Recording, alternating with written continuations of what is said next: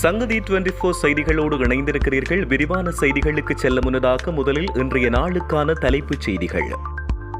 பாதசாரி கடவையில் மோதிய motor cycle, வயோதிப பெண் பலி. திருகோணமலையில் பதுக்கி வைக்கப்பட்டிருந்த சட்டவிரோத டீசல் பரல்கள் மீட்பு. நோயாளிகளுக்கு பேரிடி, மருந்து பொருட்களுக்கு தட்டுப்பாடா, விலைகள் அதிகரிக்கும் வாய்ப்பு. காதலனால் சீன பெண் குத்தி கொலை, கொழும்பில் நடந்த பயங்கரம். நகைகளுக்காக கல்லறையை தோண்டிய பயங்கரம், மொரட்டுவை மயானத்தில் பரபரப்பு. ஈரானுக்கு உளவு தகவல்களை வழங்கும் ரஷ்யா, ஜெலன்ஸ்கி வெளியிட்ட அறிக்கை. ஈரானிலிருந்து இஸ்ரேல் நோக்கிய புதிய அலை ஏவுகணை தாக்குதல். தொடர்வன விரிவான செய்திகள். பாதசாரி கடவையூடாக வீதியை கடந்த பெண் மீது மோட்டார் சைக்கிள் மோதியதில் அவர் சம்பவ இடத்திலேயே உயிரிழந்துள்ளார். குறித்த சம்பவம் நேற்று இடம்பெற்றுள்ளது. இந்த சம்பவத்தில் ஊர்காவற்றுறை புளியங்கூடல் பகுதியைச் சேர்ந்த தவறுத்தினம் நவமணி என்பவரே உயிரிழந்துள்ளார். சம்பவம் தொடர்பில் மேலும் தெரிய வருகையில், கடந்த 18ஆம் தேதி குறித்த பெண்ணும் அவரது மகனும் வல்வெட்டித்துறையில் உள்ள அவர்களது உறவினர்கள் வீட்டிற்கு சென்றுள்ளனர். பின்னர் 22ஆம் தேதி அங்கிருந்து மீண்டும் தமது வீடு நோக்கி வந்துள்ளனர். இதன்போது வல்லிவெளி ஆஞ்சநேயர் கோவிலுக்கு சென்று இருவரும் வழிபாட்டுவிட்டு பாதசாரி கடவையூடாக வீதியை கடந்த நிலையில் நெல்லியடி பகுதியிலிருந்து மின்னல் வேகத்தில் வந்த மோட்டார் சைக்கிள் அவர் மீது மோதியுள்ளது. இதையடுத்து அவர் உடனடியாக அச்சுவேலி வைத்தியசாலைக்கு கொண்டு செல்லப்பட்டு அங்கிருந்து யாழ்ப்பாணம் போதனா வைத்தியசாலைக்கு கொண்டு செல்லப்பட்டுள்ளார். இருப்பினும் சிகிச்சை பலனின்றி நேற்றிரவு அவர் உயிரிழந்துள்ளார். அவரது சடலம் மீதான மரண விசாரணைகளை திடீர் மரண விசாரணை அதிகாரி நமசிவாயம் பிரேம்குமார் மேற்கொண்டமை குறிப்பிடத்தக்கது. திருகோணமலையில் சட்டவிரோதமான முறையில் மறைத்து வைக்கப்பட்டிருந்த டீசல் கைப்பற்றப்பட்டுள்ளது. 10 பரல் டீசல் இவ்வாறு பதுக்கி வைக்கப்பட்டிருந்த நிலையில் நேற்று கண்டுபிடிக்கப்பட்டுள்ளன. திருகோணமலை மாவட்ட சேற்றுநுவர காவல் பிரிவுக்குட்பட்ட கல்லாறு பகுதியில் காவல்துறையினர் டீசலை கைப்பற்றியுள்ளனர்.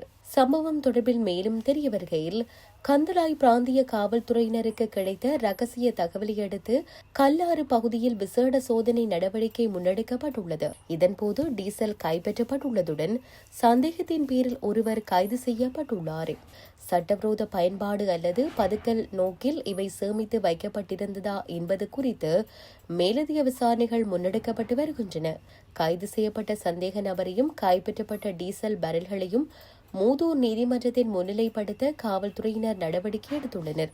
சம்பவம் குறித்து மேலதிக விசாரணைகளை சேரனுவர காவல்துறையினர் மேற்கொண்டு வருகின்றமை குறிப்பிடத்தக்கது. இலங்கையில் இறக்குமதி செய்யப்படும் மருந்துகளுக்கு எவ்வித தட்டுப்பாடும் நிலவவில்லை என சுகாதார சேவைகள் பணிப்பாளர் நாயகம் வைத்தியர் அசீல குணவர்த்தன குறிப்பிட்டுள்ளார். ஈரானிலிருந்து இறக்குமதி செய்யப்படும் கிருமி தொற்று நீக்கி மற்றும் இன்சுலின் உள்ளிட்ட சுமார் 15 வகையான மருந்துகள் தற்போது போதுமான அளவு கையிருப்பில் உள்ளன. தற்போதுள்ள மருந்து வகைகள் எதிர்வரும் 6 மாதங்களுக்கு போதுமானதாக இருக்கும் என கணிக்கப்பட்டுள்ளது. தேவை ஏற்படும் பட்சத்தில் ஏனைய நாடுகளில் இருந்தும் இந்த மருந்துகளை இறக்குமதி செய்வதற்கு தேவையான நடவடிக்கைகள் எடுக்கப்படும் என குறிப்பிட்டுள்ளார். பொதுமக்கள் மருந்து தட்டுப்பாடு குறித்து அச்சமடைய தேவையில்லை என அவர் மேலும் சுட்டிக்காட்டியுள்ளார். இதேவேளை எரிபொருள் விலை உயர்வு, மூலப்பொருட்களின் விலையேற்றம் மற்றும் கப்பல் கட்டண அதிகரிப்பு போன்ற காரணிகளால் தற்போதைய விலையில் மருந்து பொருட்களை விநியோகிப்பது சாத்தியமற்ற ஒன்று என உள்நாட்டு மருந்து உற்பத்தியாளர்கள் தெரிவித்துள்ளதாக செய்திகள் வெளியாகியுள்ளன. இலங்கை மருந்து உற்பத்தியாளர்கள் சங்கம் நேற்று விடுத்துள்ள அறிவிப்பில், தற்போது கையிருப்பில் உள்ள மூலப்பொருட்கள் தீர்ந்தவுடன் அரசு மற்றும் தனியார் துறையினரிடம் விலை திருத்தத்தை கோரவுள்ளதாக தெரிவித்துள்ளது. பெரும்பாலான மூலப்பொருட்கள் இந்தியாவிலிருந்து இறக்குமதி செய்யப்படுகின்றன. அவற்றில் விலையும் போக்குவரத்து செலவும் கணிசமாக அதிகரித்துள்ளதாக சங்கத்தின் தலைவர் நளின் கண்ணங்கர தெரிவித்துள்ளார். தற்போது பழைய கையிருப்புகளை கொண்டு உற்பத்தி நடப்பதால் உடனடி விலை உயர்வு இருக்காது. இருப்பினும் அடுத்த 2 முதல் 4 வாரங்களுக்குள் நிலைமை மாறக்கூடும் என எச்சரிக்கப்பட்டுள்ளது. கொழும்பு ஹொஹுவலை பாலுபோவில பிரதேசத்தில் உள்ள வீடொன்றில் வெளிநாட்டு பெண்ணொருவர் கூர்மையான ஆயுதத்தால் தாக்கப்பட்டு கொலை செய்யப்பட்டுள்ளார். 26 வயதுடைய சீன நாட்டு பெண்ணே இவ்வாறு கொலை செய்யப்பட்டுள்ளார். குறித்த பெண் ஹொஹுவலை கடுபோவில பகுதியில் உள்ள வீடொன்றில் வசித்து வந்துள்ளார். இந்நிலையில் அவரது முன்னாள் சீன காதலனாலேயே இந்த கொலை இடம்பெற்றுள்ளதாக முதற்கட்ட விசாரணைகளில் இருந்து தெரிய வந்துள்ளது. கொலைக்கான காரணம் தொடர்பில் இதுவரை தகவல்கள் வெளியாகவில்லை. சந்தேக நபர்களை கைது செய்வதற்காக கொஹுவலை போலீசார் மேலதிக விசாரணைகளை மேற்கொண்டு வருகின்றனர். மொரட்டுவை லக்ஷபதிய பகுதியில் அடக்கம் செய்யப்பட்ட பெண்ணொருவரின் சடலத்தில் இருந்த நகைகளை திருடும் நோக்கில் மர்ம நபர்கள் மயானத்தில் உள்ள சவப்பெட்டியை தோண்டியுள்ளனர் என்று போலீசார் தெரிவித்துள்ளனர். இச்சம்பவம் தொடர்பாக லக்ஷபதிய பகுதியைச் சேர்ந்த பெண்ணொருவர் வழங்கிய முறைப்பாட்டின் அடிப்படையில் போலீசார் தீவிர விசாரணைகளை ஆரம்பித்துள்ளனர். உயிரிழந்த தனது தாயாருக்கு இமிட்டேஷன் ரக மாலை, காதணி மற்றும் வளையல்களை அணிவித்து உடலடக்கம் செய்யப்பட்டதென்று மகள் முறைப்பாட்டில் தெரிவித்துள்ளார். தாயார் உயிரிழந்தது 7ஆம் நாள் நினைவாக மயானத்தில் மெழுகுவர்த்தி ஏற்றுவதற்காக சென்றபோது இருவர் சவப்பெட்டியை தோண்டிக் கொண்டிருப்பதை அவர் கண்டுள்ளார். இதனை கண்டதும் அங்கிருந்த அவர்கள் தப்பியோடியுள்ளனர். உயிரிழந்த பெண்ணின் உடல் மிகவும் விலை உயர்ந்த சவப்பெட்டியிலேயே அடக்கம் செய்யப்பட்டிருந்ததென்று தகவல்கள் தெரிவிக்கின்றன. சம்பவம் தொடர்பாக மயானத்தின் பாதுகாப்பு உத்தியோகத்தரை போலீசார் நேற்று கைது செய்துள்ளனர். தப்பியோடிய இரு சந்தேக நபர்களும் மொரட்டுவை மாநகர சபையின் ஊழியர்களாக இருக்கலாம் என போலீசார் சந்தேகிக்கின்றனர்.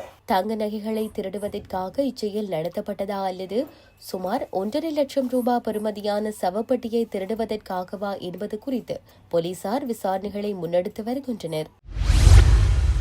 ரஷ்யா தொடர்ந்து ஈரானுக்கு உளவுத்துறை தகவல்களை வழங்கி வருவதற்கு மறுக்க முடியாத ஆதாரங்கள் உக்ரைனின் ராணுவ உளவுத்துறைக்கு கிடைத்துள்ளதாக அந்நாட்டின் ஜனாதிபதி வோலோடிமிர் ஜெலன்ஸ்கி தெரிவித்துள்ளார். உக்ரைன் ராணுவ உளவுத்துறை தலைவர் ஒலெக் இவாஷ்சென்கோவுடன் நடைபெற்ற சந்திப்பிற்கு பின்னர் ஜெலன்ஸ்கி தனது எக்ஸ் தள பக்கத்தில் இந்த கருத்தை வெளியிட்டுள்ளார். ரஷ்யா தனது சொந்த அறிவியல், தொழில்நுட்ப மற்றும் மின்னணு உளவு திறன்களை பயன்படுத்தி மத்திய கிழக்கில் உள்ள பங்காளிகளிடமிருந்து பெறப்பட்ட சில தரவுகளுடன் ஈரானுக்கு உளவு தகவல்களை வழங்கி வருகிறது என்று ஜெலன்ஸ்கி குறிப்பிட்டுள்ளார். இத்தகைய ஒத்துழைப்பு மத்திய கிழக்கில் நடைபெறும் போரை நீட்டிக்கும் என்றும் அவர் எச்சரித்துள்ளார். இதற்கு முன்பு மார்ச் 15 அன்று இடம்பெற்ற ஒரு நேர்காணலில் ஜெலன்ஸ்கி ரஷ்யா ஈரானுக்கு ஷாஹெட் வகை ட்ரோன்களை வழங்கியுள்ளதாகவும் அவை அமெரிக்க தளங்கள் மற்றும் மத்திய கிழக்கு நாடுகளுக்கு எதிராக பயன்படுத்தப்பட்டதாகவும் தெரிவித்திருந்தார். ரஷ்யா ஈரானுக்கு உளவு தகவல்களை பகிர்ந்து கொள்வதாக அப்போதே அவர் குறிப்பிட்டார். ஈரானின் இஸ்லாமிய புரட்சிகர காவல்படை இஸ்ரேல் நோக்கி மீண்டும் புதிய அலை பாலிஸ்டிக் ஏவுகணைகளை ஏவியுள்ளது. இது ஆபரேஷன் ட்ரூ பெராமிஸ் 4 என்ற பெயரில் நடத்தப்படும் தொடர் பதிலடி தாக்குதல்களின் ஒரு பகுதியாகும். இந்நிலையில் இஸ்ரேலிய ராணுவம் இந்த ஏவுகணை அலையை உறுதிப்படுத்தியுள்ளது. ஈரானிய ஊடகங்கள் தெரிவிக்கும் தகவலின்படி இஸ்ரேலின் முக்கிய நகரங்களை இலக்கு வைத்து பல அலைகளாக ஏவுகணைகள் ஏவப்பட்டுள்ளன. சில ஏவுகணைகளில் குளோஸ்டர் வெடிமருந்துகள் பயன்படுத்தப்பட்டதாக தெரிவிக்கப்படுகிறது. இஸ்ரேலின் ஐரோன் டோம், டேவிட் ஸ்லிங் போன்ற வான் பாதுகாப்பு அமைப்புகள் பெரும்பாலான ஏவுகணைகளை வானிலேயே இடைமறித்து சுட்டு வீழ்த்தியதாக தெரிவித்துள்ளன. எனினும் சில ஏவுகணைகளின் துண்டுகள் தெற்கு இஸ்ரேலில் விழுந்து வீடுகள் சேதமடைந்துள்ளன. எதிரியில் டைமோனா அணு ஆராய்ச்சி மையம் அருகில் அநேகமானோர் பலத்த காயங்களுக்கு உள்ளாகியுள்ளதாக தெரிவிக்கப்படுகிறது. ஈரான் இந்த தாக்குதலை இஸ்ரேல் மற்றும் அமெரிக்கா தனது அணு மற்றும் எரிசக்தி தளங்கள் மீது நடத்திய தாக்குதல்களுக்கு பதிலடியாக நடத்துவதாக கூறுகிறது. IRGC அறிக்கையில் இஸ்ரேலிய மற்றும் அமெரிக்க தளங்கள் முழுமையாக கண்காணிப்பில் உள்ளன என்று எச்சரிக்கை விடுக்கப்பட்டுள்ளது. இத்துடன் செய்திகள் யாவும் நிறைவு பெறுகின்றன. மேலதிக செய்திகளுக்காக சங்கதி 24.com உடன் இணைந்திருங்கள். வணக்கம்.